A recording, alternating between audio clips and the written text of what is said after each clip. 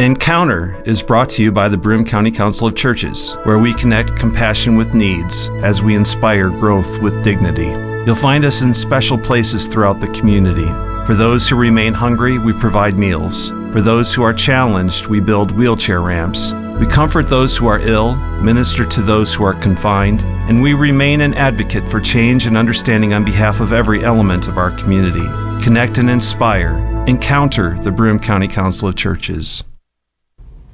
Good morning, I'm Jeff Kellam, and I'll be your host today on Encounter. Perhaps you've gotten the thing that I'm an older guy. I was born during World War II, and I've got a lot of years on me, but it turns out that the Broome County Council of Churches is even older than I am. We're going to be talking about the 75th anniversary of the Broome County Council of Churches. You know, one way that I keep from being as old as I might look is by exercising 3 times a week. My wife and I go to a gym and we work out, and then on the days we don't go to the gym, we try to ride bikes or hike or walk. And we do feel a lot more alive and a lot more vital. The Broome County Council of Churches does the same thing by exercising people's faith, by exercising the principles of ecumenicity, that is, people working together, crossing over the boundaries that often keep churches apart or religious communities apart, by joining together and finding strength in meeting some of the needs of our community. As we know, and from Joe Selipak's opening to the program each week, we build wheelchair ramps and we feed the hungry. We provide chaplains for both hospitals and the jail. And we have 2 guests with us today who are intimately involved in the workings of the Broome County Council of Churches. Let me introduce them to you now. One is Tom Kelly, a past board chairperson. That's right. of the Broome County Council of Churches, and currently chairing the 75th anniversary celebration. And Penny Stringfield. I keep wanting to say Springfield. Everyone does. Yes, Dusty Springfield, Penny Stringfield. She has been doing committee work for the Broome County Council of Churches for some 35 years. Mm-hmm. So you know the council pretty well too. Yes, I do. So the 2 of you have so much depth of experience with the work of the council, and here you are now looking forward to this big celebration coming up in November. Let's start with the work of the council itself. Penny, you were telling me that as you talked to some media people, they were surprised at how wide the net was, or the umbrella of the council. Could you say something more about that? Yes, actually it's nice to have this program aired here on WBNG, because I was first really pulled into the Council of Churches by a gentleman named Rod Reeder, who worked for Channel 12 as an account representative and was a very active volunteer for the Council of Churches, and most especially for CHOW. And I was new to the advertising business, and Rod said, you know, let's try to get all of our media partners together and really promote the CHOW Walk this year. And we did. We met in the old Council of Churches, which was on Main Street at the time, and we had people from every single media outlet there. And it was a very successful CHOW Walk, because not only did they air it for us, they networked with people they knew, they formed teams. And that went on for a few years, and unfortunately, because there are so many people in our community, not-for-profits, that are looking for support and sponsorships, people have to rotate who they support. So this year, we decided, prior to really kicking off the 75th, that we would try to bring all the media together again. And we did. We had a breakfast at the council. It was at 7:30 in the morning, and many of our station managers joked that that wasn't their favorite time of day, but they did all show up. And the response and feedback that I got afterwards was incredible, because you think about Council of Churches and most people think CHOW, which is wonderful. CHOW is branded and it's well known, and it should be. But they didn't know about the Faith in Action service that keeps people in their homes because of all the volunteers, the jail ministry, the hospital ministry, and also the network between churches and communities. And because of that, all of the stations did agree to be part of a major campaign for us this year. Right. which will be a tremendous help as we look back and celebrate the past, but that's to feed us some energy to move into the future as well. Now, Tom, you've been on the board. Well, you've been the chair of the board, and now you're chairing the big celebration. What are the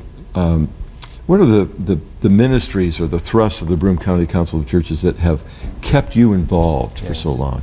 Well, the Broome County Council of Churches does so much for so many people in the community.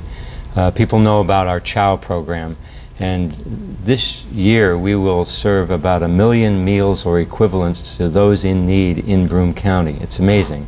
But then when you look at our jail ministry, those inmates who go through that program have a much reduced chance of landing back in jail compared to the general prison population. Those who are served in our hospital program, where Penny is very active in the Faith in Action program that addresses needs of shut-ins or drives people to chemotherapy when they can't drive. It does all kinds of things. The Ramp It Up program builds ramps for those who are shut in because they can't easily get in and out of their homes to traverse their steps. And so when I look at this panoply of wonderful programs, I see it as a way to fulfill, if you will, our Christian duty, if you will, our interfaith duty, and just our humanitarian duty. So all of that draws me and attracts me to the council, and that's why while I got onto the board in the late 90s by the then legendary executive director of the council, Reverend William Stanton, who unfortunately passed away, and you knew Bill as well. Very well. I stayed involved after being chair. I became chair of the search committee, which brought Reverend Dr. Joe Selepak here, and he's a great leader. And also I have become involved with creating the Community Relations and Development Committee and have stayed on that committee. So the council draws me and attracts me because I see the way in which it helps people in need in our community.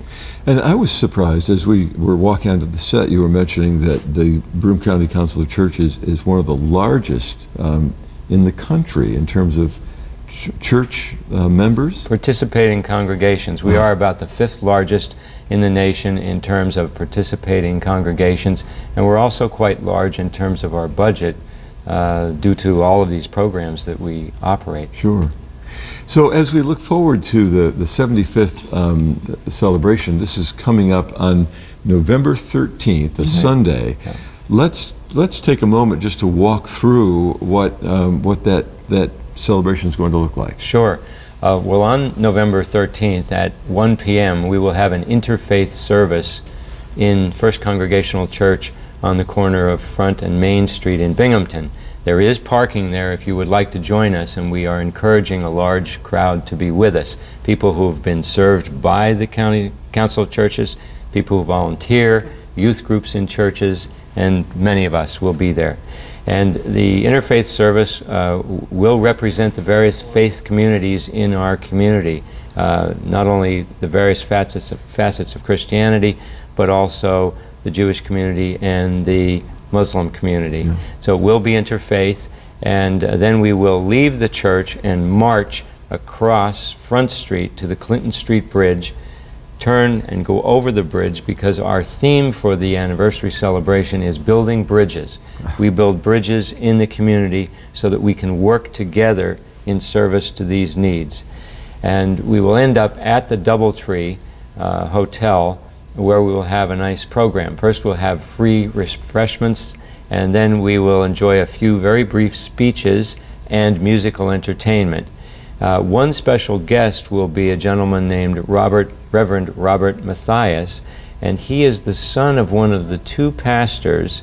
They were both Presbyterian, by the way, and since you were a Presbyterian pastor, you would relate to that. Yes. That back in 1941, they got together on the porch of one of the parsonages, and these 2 pastors said, wouldn't it be wonderful if the churches got together to do things for those in need in the community? And that grew quickly into 26 churches working together. They were Protestant churches, but several years later, when the Council of Churches incorporated, the Roman Catholic churches joined us, with St. James being the first one. And we've continued to grow. St. Michael's Greek Orthodox is a member of the Council of Churches now. And so that has grown and proliferated. And then in the 1980s, Temple Concord decided they wished to participate in our chow program by having one of our 22 pantries, chow pantries, in the synagogue. And we welcomed their participation. And the Islamic Organization of the Southern Tier in the 1980s decided that they would participate in our jail ministry. And so while we are a Christian organization, we do our volunteer work with any faith that wants to be involved in helping human needs. I was interested in the openness of the council to the participation. I know that in some areas of the country, the council, you have to give money in order to join, or you have to subscribe to some sort of creed. And Joe Selapak said, well, basically here, if you have a chow receptacle, it makes you a member of the Council of Churches. Yeah. So there's a real openness and invitation for people to serve together. I think that's one of the reasons that it's been for me, I can't think of any other term than an easy sell, because I think there is so much dividing us that people in our community, especially community leaders, want to be part of something that joins us together. And the Council of Churches certainly does that in many, many ways. They were very involved in the interfaith service on 9/11 at the Islamic Center. And it was wonderful to see people there from all the congregations. Dr. Joe had a very powerful message for us, as did many other community and faith leaders. And I think that the council really, really does build bridges. We sit around the table, and people may have some very differing views on some things, but very much about let's help people have good, healthy food. Let's help not just people who are in the jail system, but their families. The youth group that I was working with at my church has built 4 ramps. And there's nothing like that. If you're 13, 14 years old and have not had an opportunity to do community service where you can really see the end result of what you're doing, the RAMP project is an amazing experience. You know, that's so true. I used to say that as a pastor, after Sunday morning, you don't know what difference you've made. But if I go out and mow my lawn, I can always look back and see what I've actually accomplished. Yeah. And building a ramp or delivering food. These are specific ways that we find that we're meeting a deep need for a family or for a community. And there is so much need in our county. We know that the poverty level has increased. We know that the number of elderly citizens has increased. And so these point to 2 driving forces that need to be addressed in our community, and the council does that in a variety of ways. Now you've served on several committees with the council. Tell me about the fruit of your labor. You know, when you've put in time, when we think of serving on committees as being really just sitting around tables with our little notebooks and our Robert's Rules of Orders, but tell me about how it touches the heart. Thanks. I'm kind of done with the Robert's Rules of Orders, which is probably one of the reasons I'm a good fit at the Council of Churches. I think that probably the 2 things that have been most rewarding for me, I have been the co-chair of the Lives of Commitment Faith in Action breakfast. I was actually brought on by a client, and then he moved south and left me to handle it by myself. And I was nervous, but it was an amazing experience because I had done a couple of ramps already, which are part of the Faith in Action program. And to come to the breakfast where there are 300 plus volunteers and people from the community, and I actually brought a couple of the youth who had built ramps with us, and it was a great experience for them to hear stories of community volunteers and hear stories of people. Again, the first ramp that we built as a church was built for a young man who was in his 20s, who was actually on a mission project in Europe, and he was beaten, robbed, and left on train tracks, and he ended up a paraplegic. So for our kids, it's wonderful to build a ramp for someone who might be like your grandma. Yeah. but it's something else entirely to build a ramp for someone who was where you were maybe 5 or 6 years before. Yeah. So I would say being able to be on that committee and raise awareness was very fulfilling and fruitful. And I would say being on the visibility committee, I love being able to tell the story of the Council of Churches, and I love the response that we're getting. And I know that people want to know what they're giving to is going for something really purposeful.